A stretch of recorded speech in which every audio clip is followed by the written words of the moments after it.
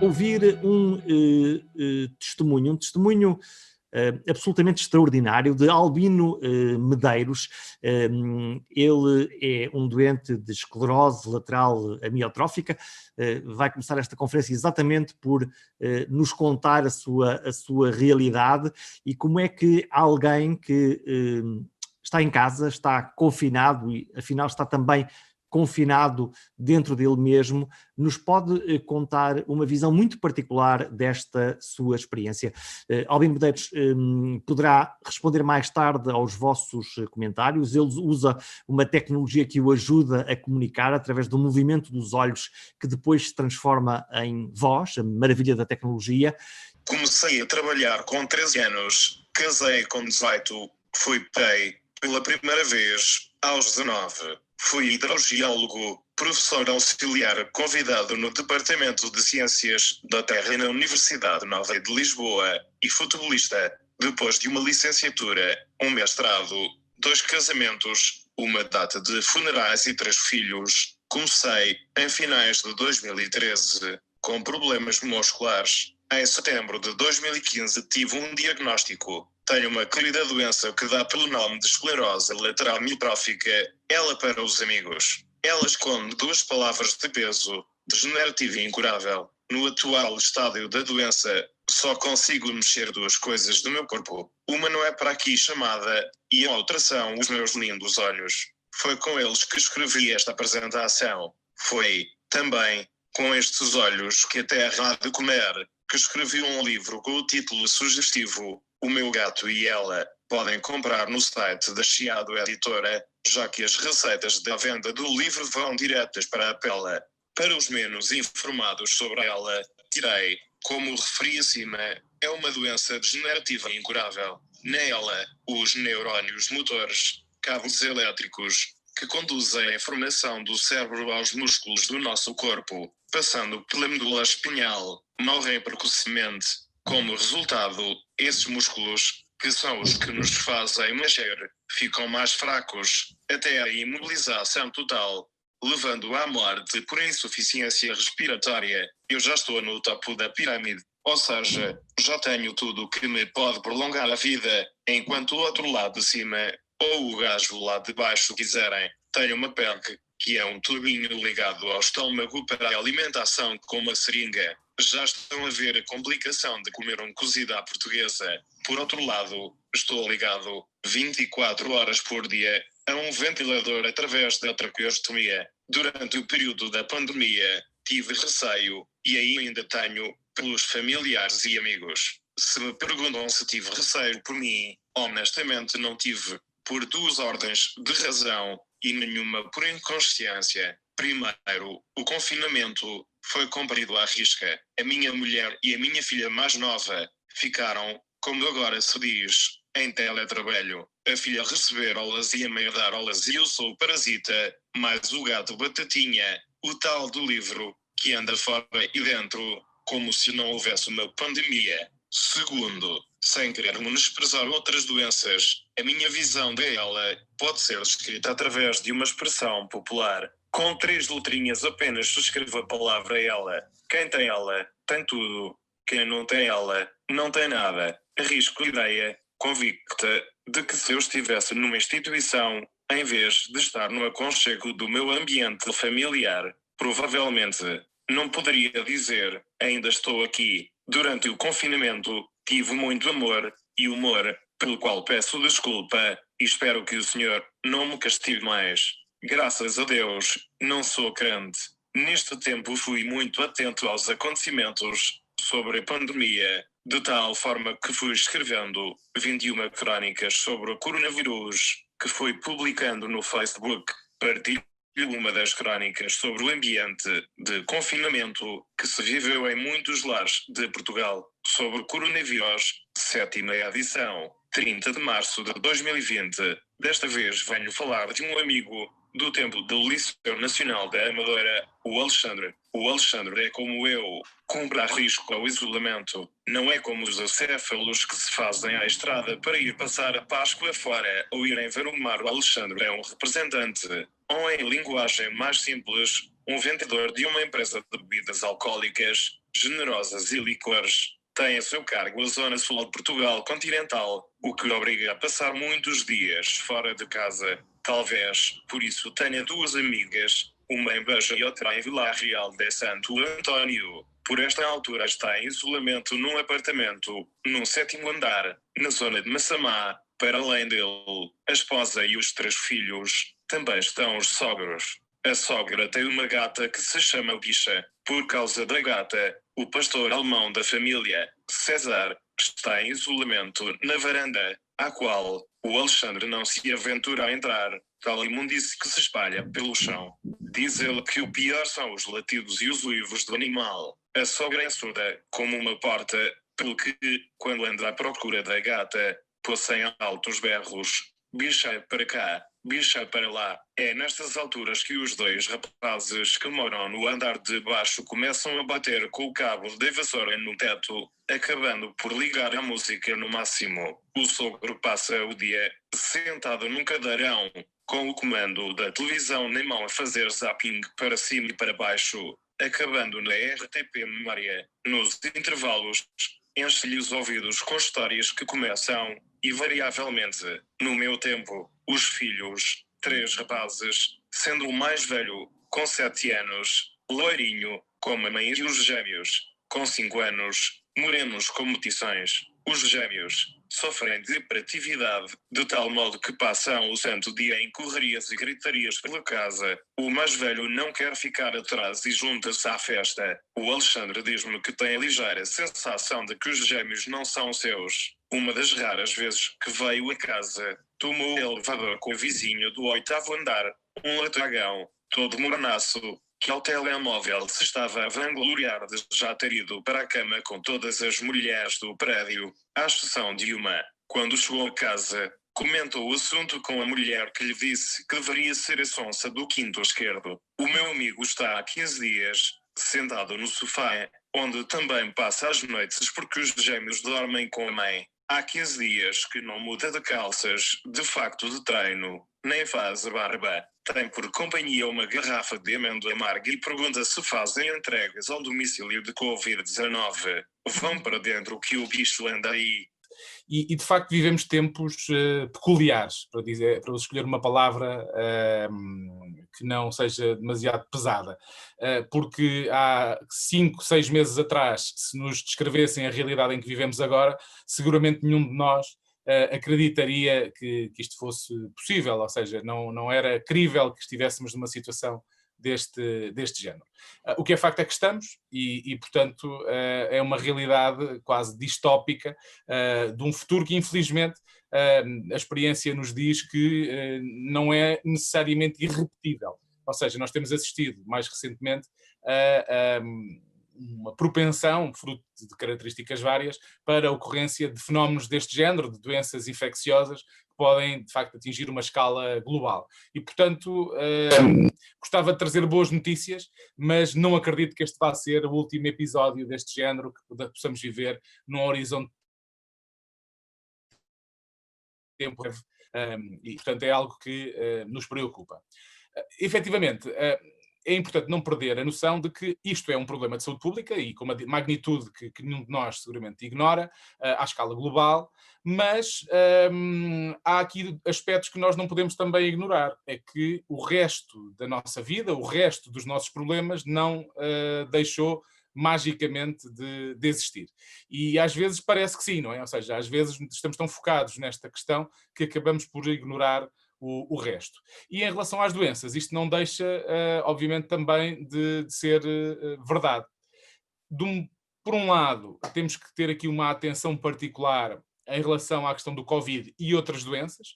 Temos falado muito da questão do fator idade, como um fator importante também como severidade para quem desenvolve Covid, mas não podemos ignorar que ter outras doenças de base é também, tendencialmente, dependerá das doenças, mas é também tendencialmente um fator de risco importante.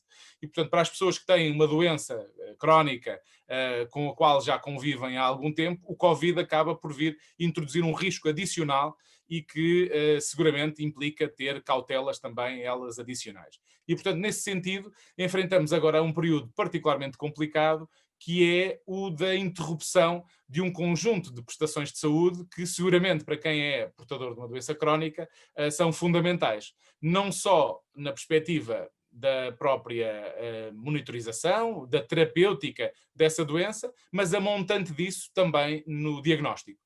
Portanto, há aqui seguramente questões que nós estamos a diferir no tempo e que seguramente nos vão manifestar um impacto importante.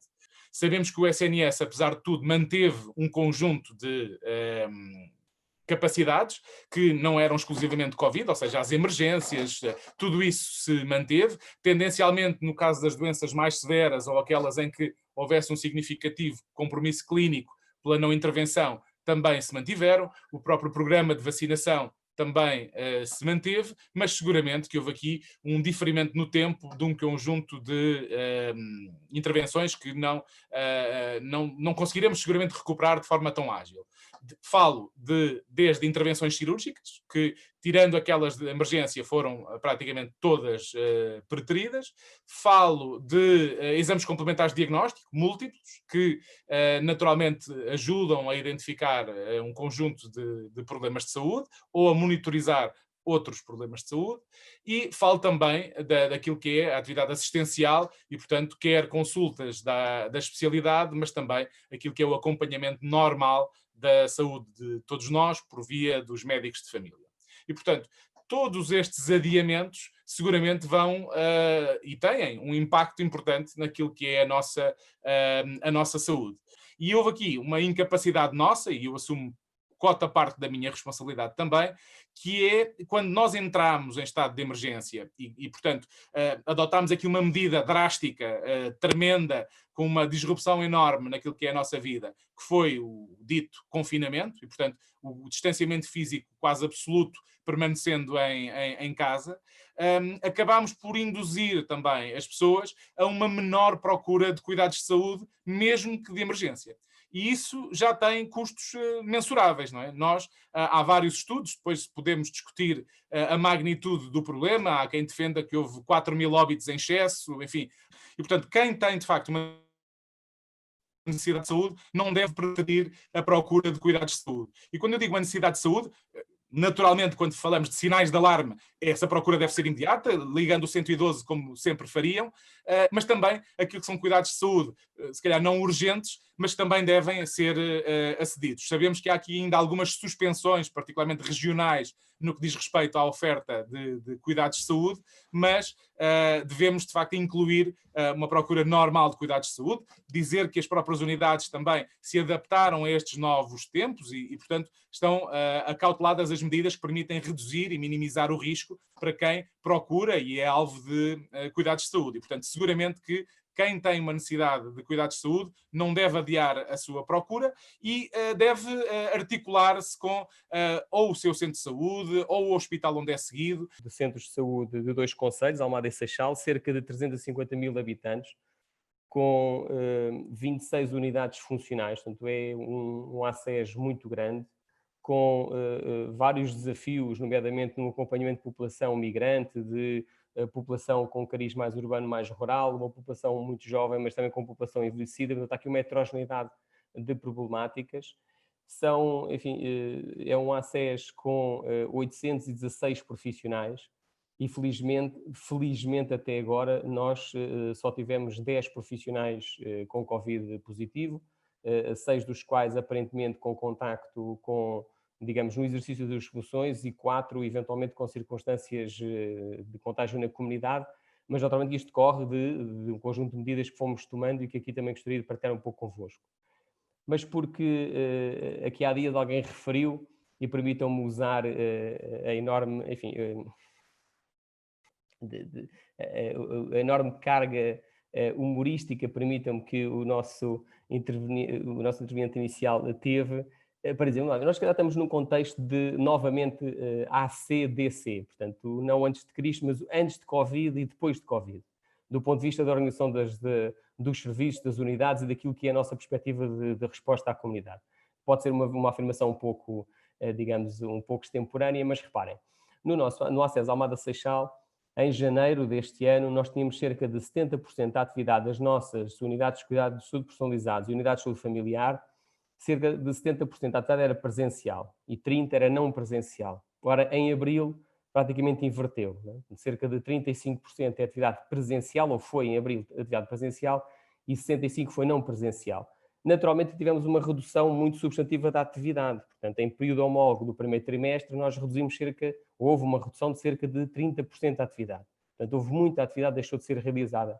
Mas, enfim, conta peso e medida, dizer que na área, por exemplo, da vacinação, no nosso ACES, em período homólogo do primeiro trimestre, nós apenas tivemos uma redução de cerca de 8% na vacinação. Isto é dizer, com toda esta circunstância que vivenciámos, houve uma redução da atividade, houve uma alteração muito profunda naquilo que é a relação com os utentes, nomeadamente haver uma muito maior resposta das nossas unidades no contexto não presencial, e portanto situações que foram claramente resolvidas e bem resolvidas sem a necessidade do utente contactar com as nossas unidades, mas como é óbvio, e permitam aqui mais uma vez uma abordagem simbólica, ninguém está a pensar, bem, no atual contexto nós estamos a pensar que tenhamos a capacidade de vacinar as pessoas por teleconsulta, não é? Portanto, há atividades objetivamente têm que sempre ser presenciais, e essas atividades devem ser garantidas. Bem, mas dizer que esta redução da atividade também esteve relacionada com o facto de, no nosso agrupamento de centros de saúde, como aliás na totalidade dos agrupamentos de centros de saúde da nossa ARS, tivemos que criar, enfim, áreas dedicadas para observar utentes que tinham risco de Covid, numa fase muito inicial, no nosso caso foi logo a 26 de março, e isso fez com que algumas das nossas unidades funcionais deixassem de estar a exercer no seu local e fossem como que deslocalizadas. Portanto, essa atividade, termos equipas dedicadas a ver utentes com risco de Covid, fez com que, naturalmente, os profissionais tivessem que se dedicar àquela atividade e deixassem de se dedicar às atividades frequentes dos cuidados primários. Nestas duas áreas, nós fizemos, desde o dia 26 de março, cerca de 2.100 atendimentos em Almada e 2.700 no Seixal, o que naturalmente traduz aqui uma procura substantiva por este serviço e procura também o encaminhamento dos utentes. E isto dizer que esta redução da atividade foi, permitam-me, em 3 planos. Uma transferência da atividade presencial para não presencial. Outro, uma redução efetiva porque houve um confinamento e houve pessoas, naturalmente, que não se deslocavam às unidades de saúde, e não são poucos os relatos de utentes que nos diziam ao telefone e respondiam aos e-mails: não, eu não vou ir agora ao centro de saúde porque vou esperar que este contexto passe, mas que, mesmo assim, as áreas que são, enfim, foram entendidas como muito prioritárias, a área da saúde materna, a saúde infantil, a vacinação, foram atividades que foram sendo mantidas dentro da sua relativa regularidade. As instituições, tem havido muitos problemas, muitos desafios complicados nas instituições, mas as instituições, pelo menos a experiência que eu tenho, têm sido exemplares e têm agarrado os desafios destes momentos tão complicados de forma exemplar e têm zelado pela saúde, pelo bem-estar e também pelos direitos das pessoas que vivem nas instituições. Fomos obrigados a um esforço enorme de imaginação. Preocupa-nos muito o burnout dos cuidadores, a desorientação que os doentes, nomeadamente as pessoas com demência, sentem, e forçosamente tem que haver um esforço muito grande em continuarmos a dar apoio, ainda que à distância, e temos feito. Temos sessões, desde a musicoterapia à estimulação cognitiva à distância. Eu penso que isto são exemplos a seguir. No momento em que se tenta implementar o Estatuto do Cuidador Informal, e o único direito que o Estatuto do Cuidador Informal nos confere não diz só respeito à atribuição do subsídio, prevê uma série de direitos e possibilidades para o cuidador informal. E eu gostava de chamar aqui a atenção para, uma vez que se falou também muito bem de cuidados de saúde primários e da necessidade de articulação entre os cuidados de saúde primários e os hospitais, que o cuidador informal e o cidadão podem e devem ter um papel fundamental na rede de prestação de cuidados. Mas o impacto na saúde mental é algo que não pode de maneira nenhuma ser ignorado. Alguma coisa tem que ser feita e muito rapidamente. Isto vai ter um impacto enorme na nossa qualidade de vida, no equilíbrio das nossas famílias e também no mundo do trabalho. E aqui chamava a atenção para a importância de nós encontrarmos formas alternativas. O teletrabalho tem resultado muito bem em algumas circunstâncias, se calhar pode ser uma forma de encontrarmos algum equilíbrio, aquelas pessoas que não sofreram um grande impacto emocional, um grande impacto na sua saúde mental e que eventualmente com formas alternativas de prestação de trabalho possam conseguir manter a sua sanidade mental e continuar a exercer a sua atividade profissional.